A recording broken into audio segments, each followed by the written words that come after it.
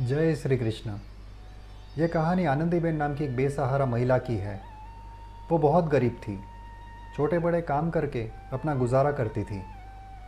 वो रोज़ सुबह मंदिर जाती और भोलेनाथ से अपनी दरिद्रता दूर करने और जीवन में सुख शांति देने की प्रार्थना करती। एक दिन उसके घर में पूजा करने की अगरबत्ती खत्म हो गई। जिस दुकान से वह घर के लिए राशन खरीदती, उसी दुकान पर जाने के लिए वह घर से निकली, लेकिन कुछ दूर चलते ही उसकी चप्पल टूट गई। उसने सोचा, जैसी मेरे भोलेनाथ की इच्छा। दोपहर हो चुकी थी। जैसे तैसे वह मोची की दुकान तक पहुंची। मोची ने चप्पल की मरम्मत की और फिर से जोड़ दिया, लेकिन जब तक वो परचून की दुकान पर पहुंची, दुकान बंद हो चुकी थी। वह थोड़ी उदास थी, लेकिन उसने सोचा, जैसी मेरे भोलेनाथ की इच्छा। आनंदीबेन राशन लेने कुछ और आगे गई। एक और किराना और पूजा की दुकान पर उसने एक बोर्ड पढ़ा। उस पर लिखा था स्मार्ट मार्ट। आनंदीबेन ने इस बार इस दुकान से अगरबत्ती और अन्य किराना सामान लेने का फैसला किया। दुकान में घुसते ही आनंदीबेन को अगरबत्ती की बहुत अच्छी महक आ रही थी।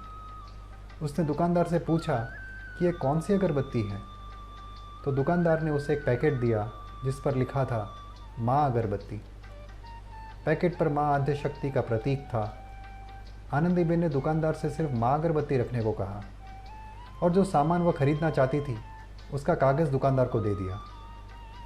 दुकानदार ने उन्हें लिस्ट में लिखी सभी सामान भर कर दे दी। उसने दुकानदार को पैसे दिए और घर लौट आई। आनंदीबेन थक चुकी थी, इसलिए वापस आकर सो गई। शाम को उसने पूजा के लिए अगरबत्ती निकाली। माँ अगरबत्ती की सुगंध में एक अलग ही दिव्यता थी, जिसकी खुशबू पूरे घर में फैल गई। आनंदीबेन ने नियमित संध्या आरती और पूजा की। पूजा के बाद स्मार्ट मार्ट से जो सामान घर लाई थी वह सब डिब्बे में भरने लगी। जैसे ही उसने चीनी के पैकेट से चीनी को डिब्बे में डालना शुरू किया, उसने देखा कि चीनी के पैकेट से 15 रुपये डिब्बे में जा गिरे। उसने डिब्बे से थोड़ी चीनी निकाली और देखा कि उसमें वाकई 15 रुपये थे। उसे बड़ा आश्चर्य हुआ, लेकिन उसने सोचा कि दुकान के मालिक के भाई के पैसे गलती से आ गए होंगे। उन्होंने 15 रुपये को अलग रख दिए। उसके बाद डिब्बे में बेसन निकालने लगी। इस बार उनके आश्चर्य का पार नहीं रहा, क्योंकि एक बार फिर 19 रुपये बेसन के डिब्बे में जा गिरे। ये किसी चमत्कार से कम नहीं था। फिर उसने डिब्बे में सूजी निकालने के लिए सूजी का पैकेट तोड़ दिया और इस बार भी सूजी के 500 ग्राम के पैकेट से 7 रुपये डिब्बे में गिर गए। अब वह निश्चित रूप से समझ चुकी थी कि यह उनके आराध्य भोलेनाथ की ही लीला है, क्योंकि ज़िंदगी भर का सामान आज तक लेती रही, लेकिन कभी आज तक ऐसा नहीं हुआ। दूसरे घरेलू सामान जैसे कि अन्य कठोल, मैदा, पोहे, चावल वगैरह वह डिब्बे में भरती रही और हर बार थैली में से डिब्बे में कुछ ना कुछ पैसे गिर जाते। भोलेनाथ की ऐसी कृपा पाकर वो मन ही मन भोलेनाथ को प्रणाम करने लगी, क्योंकि उस रुपये से उसके कुछ छोटे बड़े काम पूरे होने थे। उसके मन में आया कि वह सबको इस चमत्कार के बारे में बताए, लेकिन फिर उसे एहसास हुआ कि सब लोग उस पर हंसेंगे और किसी को उसकी इस दिव्य घटना पर विश्वास नहीं होगा। उसने इस बात को अपने तक ही रखा।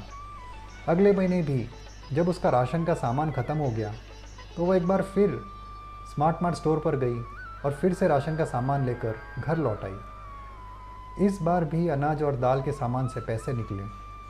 आनंदीबेन ने इसे भोलेनाथ की कृपा समझा और इसे प्रसाद के रूप में ग्रहण किया और मन बना लिया कि अगर ऐसी घटना फिर से उनके साथ हुई तो वे अपने अनुभव और भोलेनाथ की कृपा को अपने नज़दीक के लोगों को बताएगी।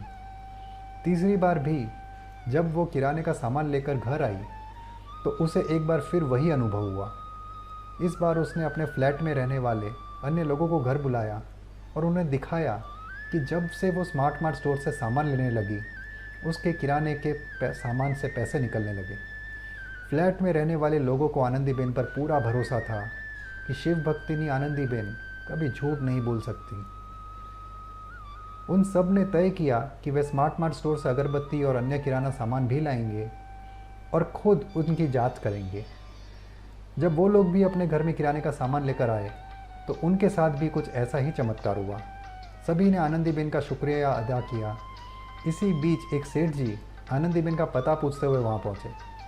वह सेठ आनंदीबेन से मिले, अपना परिचय देते हुए कहा कि वह स्मार्ट मार्ट स्टोर के मालिक हैं और बताया कि आनंदीबेन की सिफारिश पर कई लोगों ने उनसे अगरबत्ती और घर का दूसरा सामान लिया।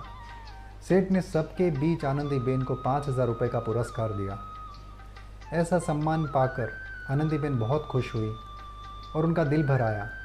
मन ही मन अपने भोलेनाथ को प्रणाम करने लगी। आनंदीबेन की सिफारिश पर जो लोग वहाँ किराने का सामान खरीदने गए, उन्हें भी छोटा मोटा गिफ्ट दिया गया। सभी खुश थे और दूसरों को अपना अनुभव और चमत्कार के बारे में बताने लगे। इस तरह कई लोग स्मार्ट मार्ट से अपनी रोज़मर्रा की ज़रूरत की चीज़ें खरीदने लगे और आनंदीबेन को उस महीने 50,000 रुपये की आमदनी हो गई। उन्होंने कभी उम्मीद नहीं की, कभी सोचा नहीं था, ये उनके कल्पना से पर था। अन्य लोग जिन्होंने स्मार्ट मार्ट से उनकी सिफारिश के माध्यम से खरीदारी की, उन्होंने भी अच्छी रकम अर्जित की। हर कोई संतुष्ट था क्योंकि ज़िंदगी भर अन्य दुकान से खरीदारी करने पर भी स्मार्ट मार्ट स्टोर से खरीदी करने जैसा अनुभव उन्हें कभी नहीं हुआ। थोड़े ही समय में आनंदीबेन की ज़िंदगी हमेशा के लिए बदल गई। पशुपतिनाथ शंकर से जिस सुख शांति की प्रार्थना हमेशा करती, वह उन्हें बिना किसी पूर्व धारणा के, बिना किसी संकल्प के और बिना किसी परिश्रम के सहज ही मिल गए। स्मार्ट मार्ट केवल निमित्त था, भोलेनाथ की ही कृपा थी जो आनंदीबेन और बाकी सभी पर बरसी। भोलेनाथ के आशीर्वाद से आनंदीबेन वो सब कुछ आसानी से पा लिया जो नौकरी धंधे में मेहनत करने के बाद भी लोगों को नहीं मिल पाता। दूसरे सभी लोग जिन्होंने स्मार्ट मार्ट स्टोर से खरीदी की और अपना अनुभव दूसरों को बताया, उन सभी को संतोष हुआ, उन सभी ने अच्छे पैसे कमाए। अगर आप भी आनंदीबेन की तरह अपने जीवन बदलना चाहते हैं तो आप हमें इस नंबर पर कॉल कर सकते हैं और अधिक जानकारी प्राप्त कर सकते हैं। हम सिर्फ ज्ञान नहीं देते, हम साथ और सहयोग भी देते हैं ताकि आप जीवन में सफल हो सकें। भक्ति में बहुत शक्ति होती है, जीवन बदलने में समय नहीं लगता और चमत्कार होते हैं। जय श्री कृष्ण, जय शेरावाली माँ की।